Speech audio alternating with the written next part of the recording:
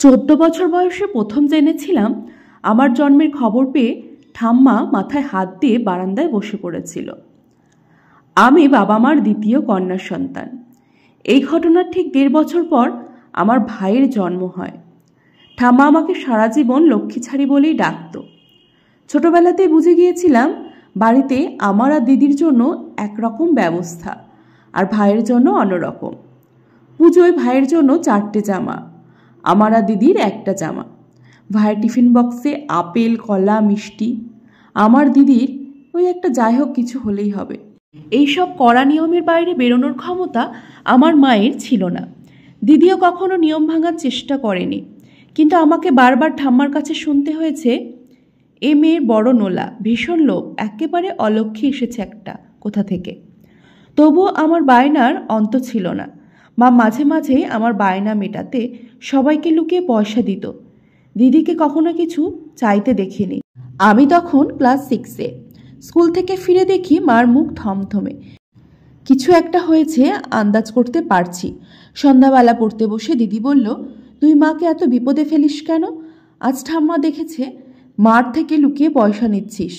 আমার থেকে 3.5 বছরের বড় দিদি সেদিন আমাকে বুঝিয়েছিল এ বাড়িতে মেয়েদের কি করতে নেই। মেয়েদের মুখ ফুটে কিচ্ছু চাইতে নেই, বেশি কথা বলতে নেই, লাফাতে নেই, দৌড়াতে নেই, মেয়েদের চিৎকার করতে নেই, ঘুড়ি ওড়াতে নেই, গুলি খেলতে নেই, পা ছড়িয়ে বসতে নেই, হা হা করে হাসতেও নেই, সব সময় খায়ও করতে নেই। অবাক হয়ে সেদিন আমি নেইয়ের ফর্দ শুনেছিলাম। দিদিকে খুব বেশি দিন এত নেই মানতে হয়নি। আমার রোগাভোগা দিদিটা বিয়ের ধকল সামলাতে পারেনি। বিয়ে 2 বছর পর মাত্র 22-এ শ্বশুরবাড়িতেই মারা যায়। সেদিন প্রথম আমার মা সারাদিন বিছানায় শুয়েছিল। ঠাকুমা, ভাই আর বাবার মানবিকতা বোধকে সেই একদিনের জন্য কিছুটা জাগ্রত অবস্থা দেখেছিলাম। সারাদিন কেউ মাকে কোনো ফরমাইশ করেনি। সত্যি বলবো, এত দুঃখের দিনেও সেদিন আমার ভালো লাগছিল একটাই কথা ভেবে, আমার কাক ভরে ওঠা মা এই সুযোগে একটা পূর্ণ দিনের বিশ্রাম তো পেল। কলেজের এক অধ্যাপক ফাঁকা ক্লাসরুমে আমার এক বান্ধবীর হাত চেপে ধরেছিল। ব্যাপারটা প্রিন্সিপালকে জানাতে গেলাম। তিনি বললেন, গার্লস কলেজে ওসব হয়েই থাকে, এই নিয়ে বেশি শোরগোল করো না, আমি দেখছি কি ব্যবস্থা নেওয়া যায়। তিনি যে ব্যবস্থা নিয়েছিলেন আজও জানতে পারিনি। কিন্তু আমার ভাই ব্যাপারটা কোনোভাবে জেনে আমাকে বিশেষ ব্যবস্থা নেওয়ার পরামর্শ দিয়েছিল। বাবার সামনে দাঁড়িয়ে সে সোজা ভাষায় আমাকে বলল, তোর আর সেজেগুজে কলেজ যাবার দরকার নেই, বাড়িতেই পড়ে পরীক্ষা দে। আমি তো দিদির মতো লক্ষ্মী মেয়ে নই, তাই অন্যের করে দেওয়া ব্যবস্থা আমার পক্ষে মানা সম্ভব হয়নি। আমার মেয়েবেলার আর এক দিনের কথা খুব মনে পড়ে। বাড়িতে কি একটা পূজা ছিল, দিদিমাকে রান্নাঘরে সাহায্য করছে। ঠাম্মা আমাকে ঠাকুর ঘরে নিয়ে গিয়ে প্রসাদ, ঘট, ফুল, বেলপাতা সাজানোর প্রশিক্ষণ দিচ্ছে।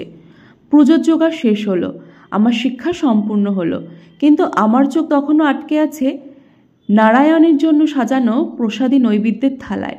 নৈবেদ্যের চূড়ায় চূড়ামণি হয়ে বসে আছে বেশ বড় সাইজের একটা নলেন গুড়ের সন্দেশ। যথাসময় পুজো শেষ হলো, মা প্রসাদ ভাগ করার তোড়জোড় শুরু করেছে। হঠাৎ সব কিছু সরিয়ে সবাইকে অবাক করে দিয়ে আমি সেই মহার্ঘ সন্দেশ ছো মেরে তুলি এবং মুখে পুরে দিই। মুখ ভর্তি সুস্বাদে আমি তখন অভিভূত। হুঁশ ফিরল যখন সন্দেশ ভরা গালে মায়ের প্রচণ্ড একটা চড় এসে পড়ল। ঠাকুমার প্রভূত গালিগালাজ থেকে বুঝলাম নৈবেদ্য যতই আমার সাজানো হোক, সেই প্রসাদের সিংহভাগের অধিকারী বাড়ির পুরুষ সদস্যরা। দুগালে মায়ের 5 আঙুলের দাগ নিয়ে কখন ঘুমিয়ে পড়েছি। অনেক রাতে মায়ের ছোঁয়ায় ঘুম ভাঙল। অভিমানে রাগে মুখ ফিরিয়ে শুয়ে থাকলাম, কিন্তু আমার চুলে হাত বুলাতে বুলাতে মায়ের অসহায় কান্না কোনোদিন ভুলতে পারিনি। মরার সময় ছেলের হাতে জল না পেলে স্বর্গবাস হয় না, ঠাম্মার এই কথাটা বাবা মনে প্রাণে বিশ্বাস করত।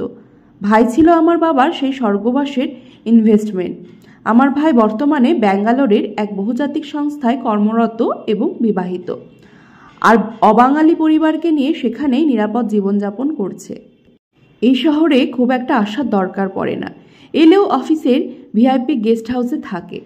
পূর্ব দক্ষিণ খোলা বিশাল ফ্ল্যাটের অভ্যস্ত জীবন।